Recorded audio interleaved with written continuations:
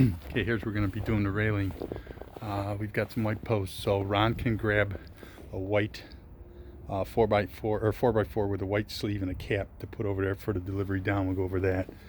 So we got two 12-footers, so we're going to be 11 foot tying into the wall there. What we'll do is take and bring a piece of, I guess what we can do is bring a piece of AZEK and do your all-purpose cut right in through here. Mount your AZEK. And then what we can do is put our spindle tight to each one, and the spindle will help actually support, your spindle will be on the very end, and the spindle on the very end here when it's done. So you run your piece of 3/4 AZEK, bring it with you. And then this one's same here, you'll run the bottom of your railing, will be right at the top of this little spoof here. So we'll run the bottom of the railing even with the top here, all the way across here, and in the middle we'll come down with two blocks or whatever to support to the concrete.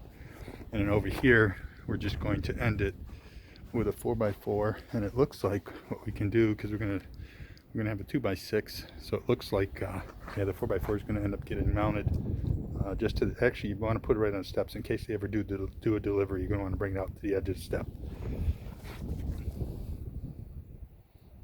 Okay, now people are going to probably want to grab that as they're pulling themselves up, so we're going to make sure this is anchored good. Alrighty, so we need a 4x4 with a sleeve and a cap, and then everything else we have. We got AZEK at the shop.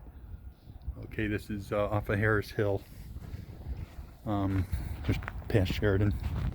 Go around the bend and sit at the back of the house.